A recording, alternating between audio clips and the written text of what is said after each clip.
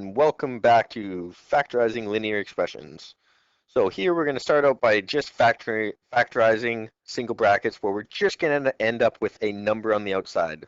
So if you remember that first time when we were expanding brackets, we expanded brackets that just had a number on the outside. So brackets such as in the top right here, 3 bracket x plus 2, we were able to expand that. Now, something I kind of alluded to, but didn't really tell you, is that this number here, it's what we're going to put our highest common factor as. So that is why we've worked up to this place of finding our highest common factor, because that's what we end up putting on the outside of our bracket. Our number on the outside of a bracket is our highest common factor between the two terms. So that means if we look at example 1, factorizing 2x plus 6, our first step is simply finding our highest common factor. So let's write out 2. We have 1 and 1 times 2 is 2. And for 6, we have 1, 2, 3, and 6.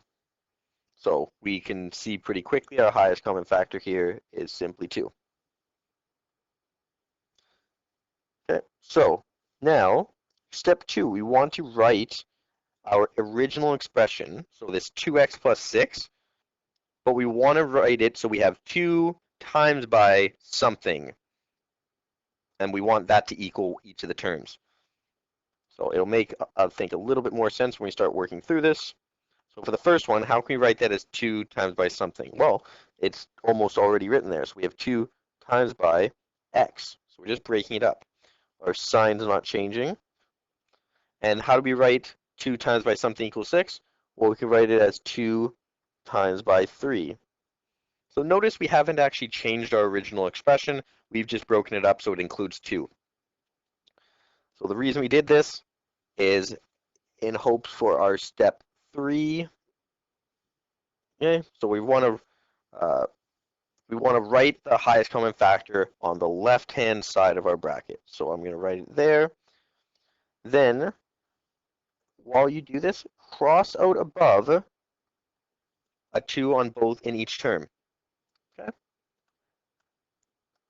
At this point, step 4 says whatever is not crossed out is the inside of a bracket.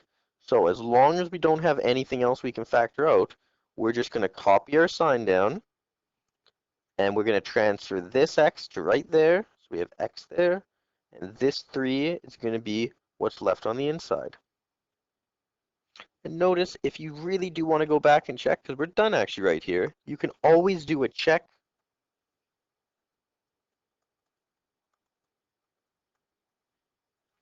And so we can check. So what happens if we expand 2x plus 3? We should get back our original expression. So let's do this. Well, we know that 2 times by x is just going to be 2x. And 2 times by 3, well, that's just going to give us that positive 6. So yeah, we are done, and we got it right. So it's great. We are able to check our work and go through that way. So there's never any doubt. So example 2, we have 3x plus 6. So first step, let's write out all our factors so we can find our highest common factor. So factors of 3 are 1 and 3, and the factors of 6 are 1, 2, 3, 6. I've picked relatively easy numbers so you can get the hang of this. So what is our highest number in both? Well, 3 occurs in both, so we are going to write that on the outside of our bracket because we know we want to break up this expression as 3 times by x plus 3 times by 2.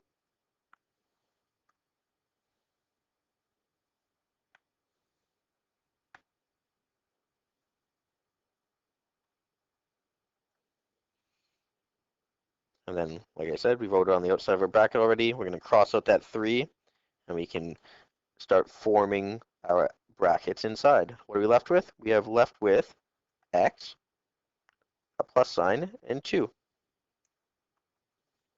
Let's do our little check, because it can help out. So I like labeling my check as such, just so anybody that sees it doesn't think that you're just doing something else. Or if you happen to get your check wrong, they're not going to dock you on it. So we do 3 times x, which is 3x, and we're doing 3 times 2, which is positive 6. So that's good. Next example, let's do 4x plus 10. So here we have to write out our factors again. So we have 1, 2, and 4.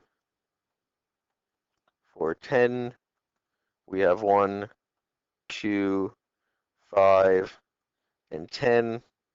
So our largest number in both is 2. At this step, I want to say that if you know what the highest common factor is right away, you do not need to do any of this finding the factor stuff. So this is just for those of you that are still having trouble finding the highest common factor. But if you know it right away, start it right away. You don't have to show these steps of work. So right now, let's break up our expression. So we're going to write it as 2 times by 2 times by x. And that's our first term, right? So 2 times 2 is 4, times by x is 4x.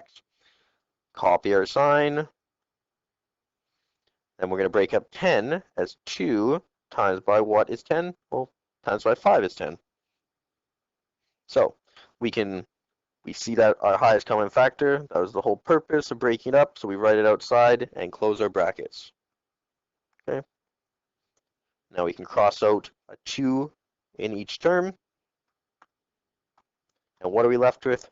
Well, here we're left with 2 times by x, which we can simplify to 2x. And on the right side, we're just left with a 5. Let's do our check. As always, it's good practice. It's not a necessity. You won't get marked on it, but it can save that doubt in your head. So if we're expanding 2 bracket 2x plus 5, we have that. We multiply those together. 2 times 2x is 4x. And then we do 2 times 5, which is 10.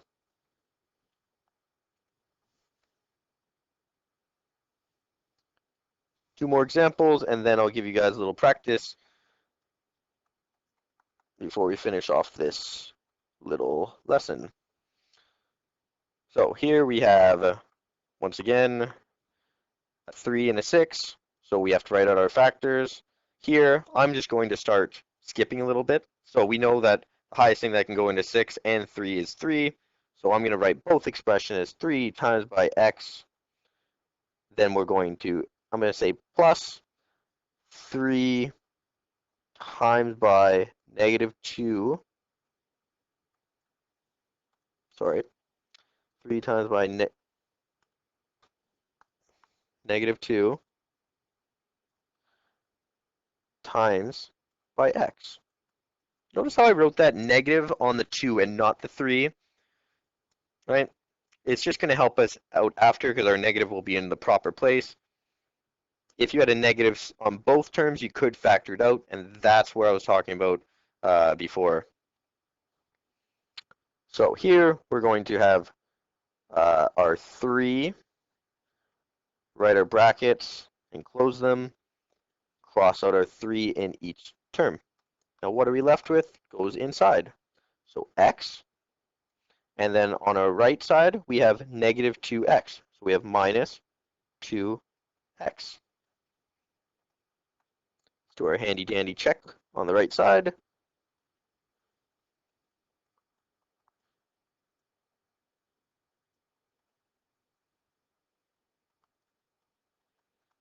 So our check, we have 3 bracket x minus 2x. So we're doing 3 times x, which is 3x. And we're doing 3 times by negative 2, which is negative 6x. And that, or sorry, that's 3 times, that x shouldn't be there on the second one.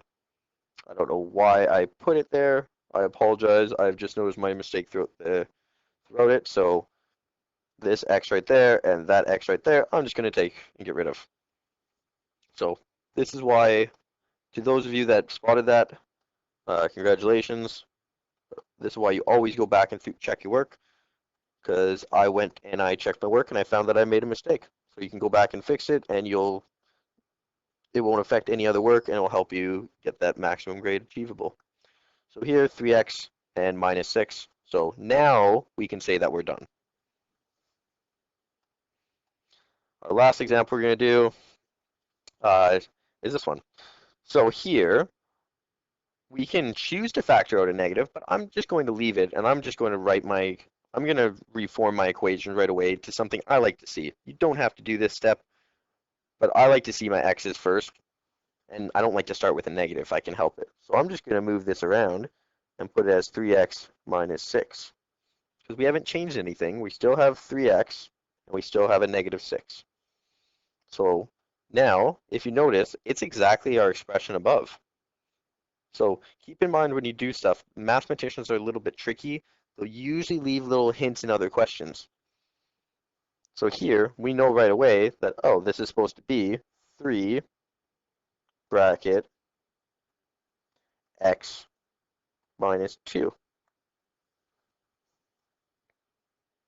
But let's just, for sake of argument, let's do it with just that. So let's write it as 3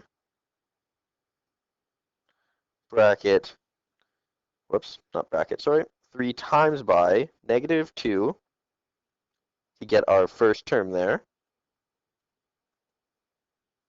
Then we're going to add on our 3 times by x. So here we can write our 3 outside, and then we can cross it out of each before doing the inside of our bracket. So we're left with negative 2 plus x,